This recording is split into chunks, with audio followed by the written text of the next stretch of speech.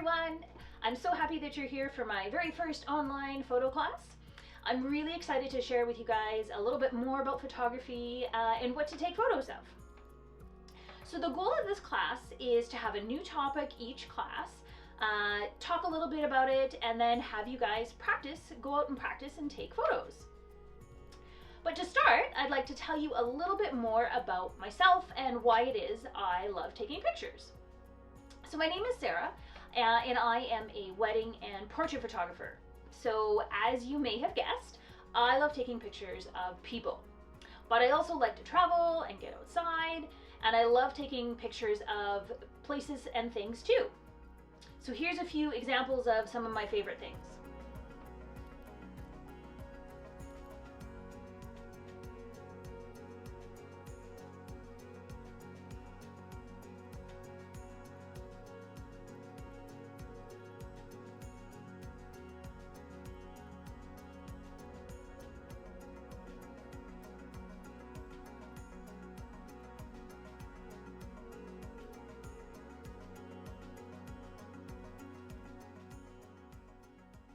Now, I've been taking photos since I was really little, like 4 or 5 years old. And as I got older, I liked it more and more. So much so that I made it my full-time job. I just love being able to capture memories for people. And I love it when people can take a look at the photos that I've taken for them and remember how much fun they were having, or maybe there was a story about something that they were doing. I love that they can take a look at those photos and it makes them happy. Now, here's an example of what you can do with your photos. It's one of my most favorite spots in my house. I call it my photo wall. And I love how each of these photos that I've taken is a memory for me. And there's almost always a story attached to each of the photos. So how many of you know what some of the favorite things are that you like to take photos of? Or have you even thought about the favorite things that you like to take photos of? If you haven't, that's okay. Maybe you're just starting out. Maybe you're still trying to figure things out, or maybe you're just exploring. When I grew up, I took photos of all kinds of different things, and it really wasn't until I was in my 20s that I knew that I really loved taking photos of people. So for this class, just like in your dance class, or maybe your swimming lessons, or hockey practice, what my hope is that we'll start with a short lesson and then you'll get to practice taking photos. How does that sound? Are you guys excited? So first, what I thought it would be kind of fun to do is to show you some of the different cameras that I've taken photos with. When I started taking photos, there were no digital cameras. I started off taking photos with film. So this camera here, this is a Kodak Brownie camera. This was my grandpa's. And this camera here could only take 12 photos. And you had to bend over and look down this little mirror here to see what you were taking a picture of. So it was very hard. You had to really concentrate and figure out exactly which 12 photos you wanted to take a picture of. Another camera that I've used is my other grandpa's camera.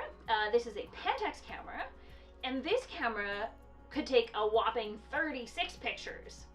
So when we went traveling on family vacations and things like that, we would take multiple rolls of film, but still we could only take 36 photos at a time. So we really had to think about it.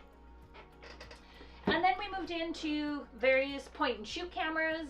These cameras could take way more pictures, hundreds of pictures.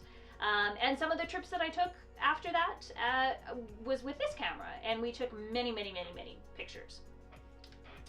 And now, photography has come such a long way that we can use our tablets or our iPads, and we can even use our phones.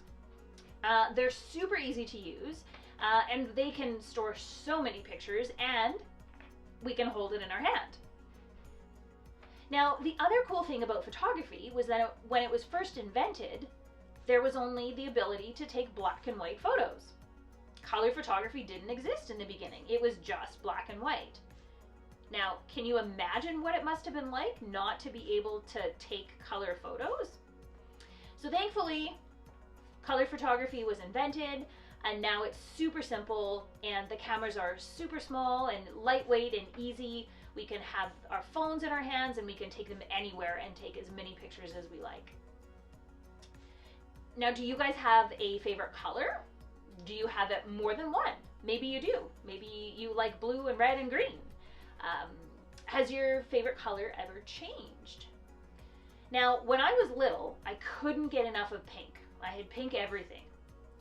And then I went through a red phase, and then in my 20s, I developed a liking for purple, and that hasn't really gone away. But I'm starting to notice really deep blues. And I'm sure I'll change my mind at least 1 or 2 times more. And yours might change too. And photography is kind of like that.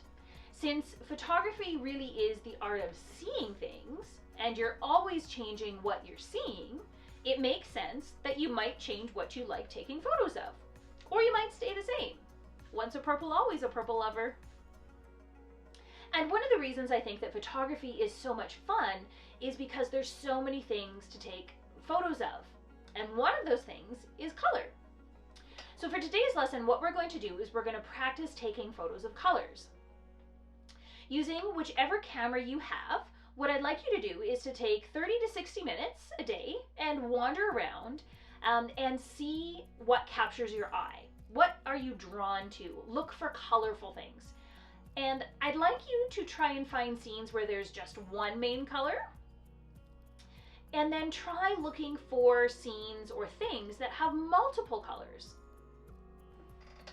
You can take a look for things in your bedroom, maybe another room in your house, like your kitchen or your dining room. You can go outside in your backyard, or if you're able to go for a walk, watch for things that have color. So here's a few more examples for you.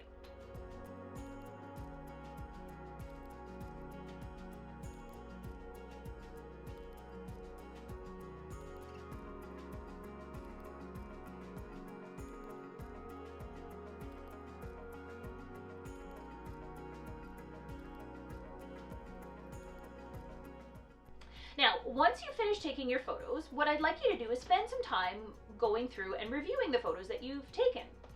See if there's ones that you like more than others. Maybe share them with your parents or your brother or your sister. Think about what caught your eye and why it is that you took that photo.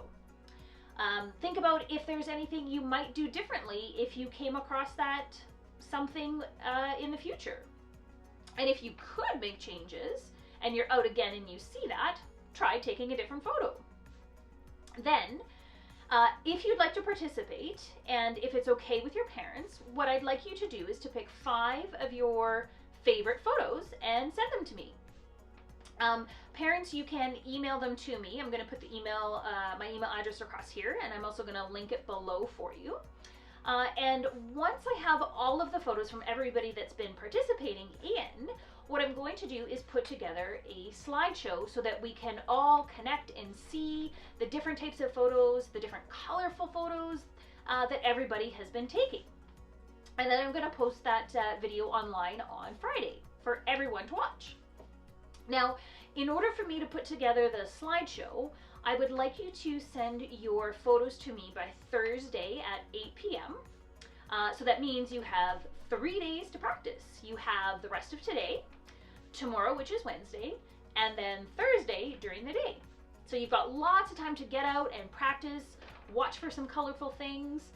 I know right now I'm based here in Winnipeg, Manitoba, Canada, and there's still, I was just out for a walk, and there's still quite a bit of snow out there, and there really isn't much in the way of the spring colors.